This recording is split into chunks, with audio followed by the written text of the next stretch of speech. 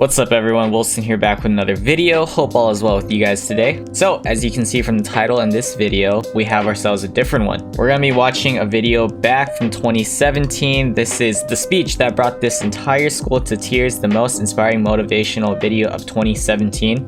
My uncle actually recommended me to watch this, so that's interesting. So thank you for that. Looking forward to this. I'll keep it behind the scenes.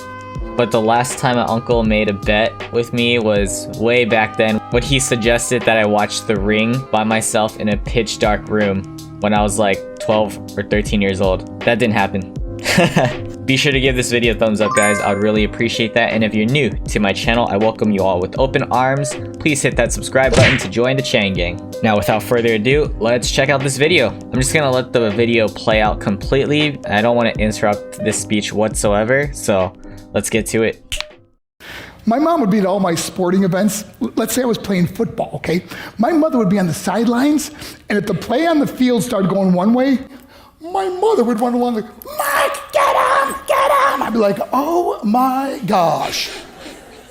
I'd get in the huddle with the other guys. They go, Mark, is that your mother? I go, no, I never saw her before in my life. See, the greatest gift my mother ever gave me, she believed in me.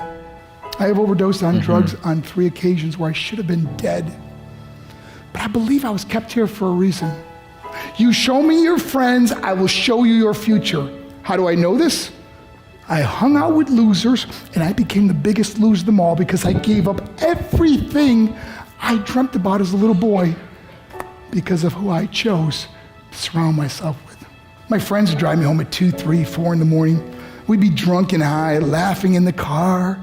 We'd pull up in front of my house in New York. They go, Mark, the light's on. I go, oh man, my mother's up. See, my mom wouldn't go to bed until she knew her son was still alive. I'd walk in, she'd say, hi Mark, how was your night? I go, it was good, Mom, I'm just gonna go to bed. She goes, can I talk to you for a minute? I go, Mom, I'm tired, I'm just gonna go to bed. She goes, Mark, I haven't seen you all day and all night. Can I please talk to you? I said, man, just leave me alone. You bug me. I'd slam my bedroom door on the one person who believed in me.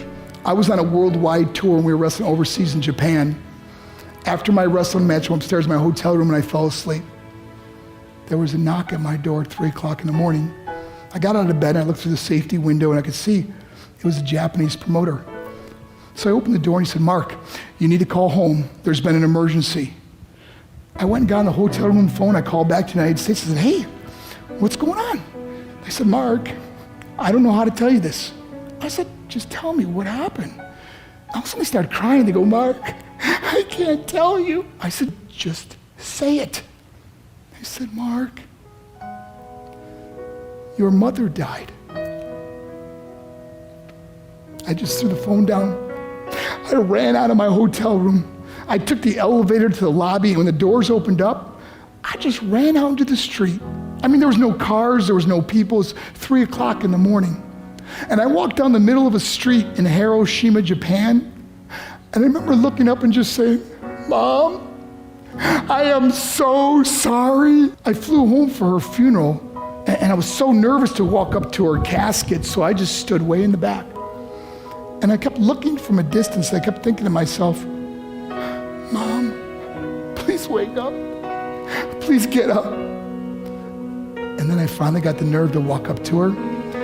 And as I got closer, I could see my mom for the first time. I mean, she was so beautiful. She was dressed in white. I mean, she looked like an angel. And I just stood over and I said, Mom, you are my hero. Everything I am, everything I hope to be was because of you. You loved me so much. You gave me a life. You're the only one that ever believed in me. How did I repay her? By getting drunk, by getting high, by getting stupid, by hanging out with losers? For what? All she ever wanted to do was talk to me. I wish I could talk to you now, Mom. I wish you could see what I'm doing.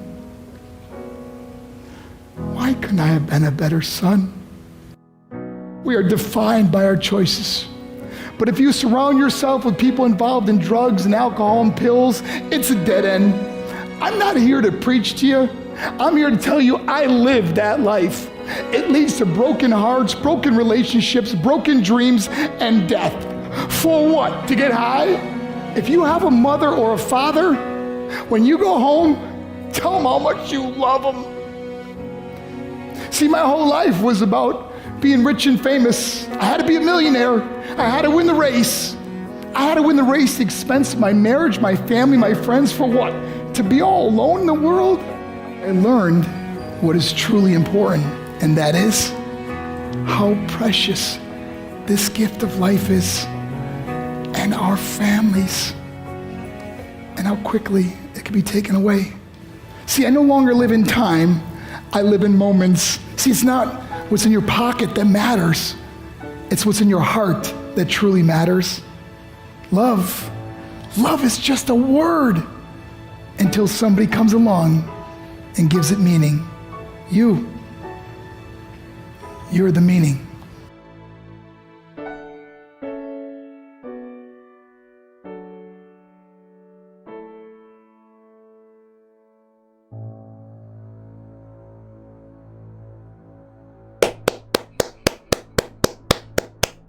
Alright guys, well, that was a very emotional yet inspiring video. So this video is definitely like a tearjerker. So Mark's story is profound, super deep and meaningful.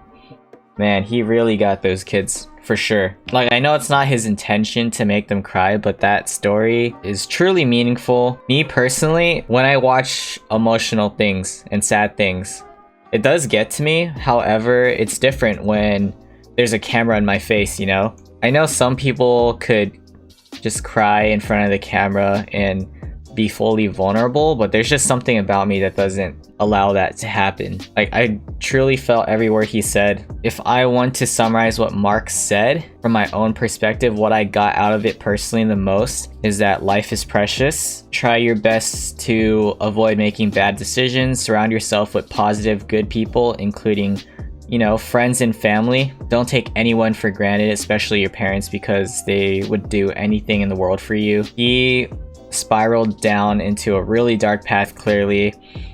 Drugs and alcohol, a lot of people, you know, are into that, and sometimes it's because they're surrounding themselves with the wrong crowd, so that's why it leads them down that road and path, and which could ultimately lead to death. Aside from that, I also got the message that you shouldn't worry about things that truly won't make you happy down the road.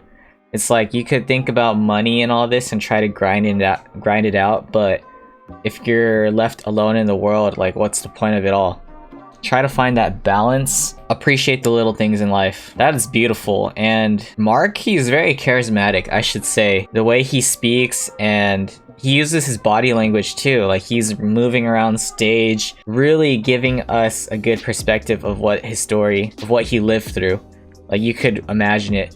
I know the video had a lot of effects and like transitions to go through the storyline and bits of separate images of different people, but it's totally a different feeling if you're hearing that story in person, like those students. I totally understand why they all teared up.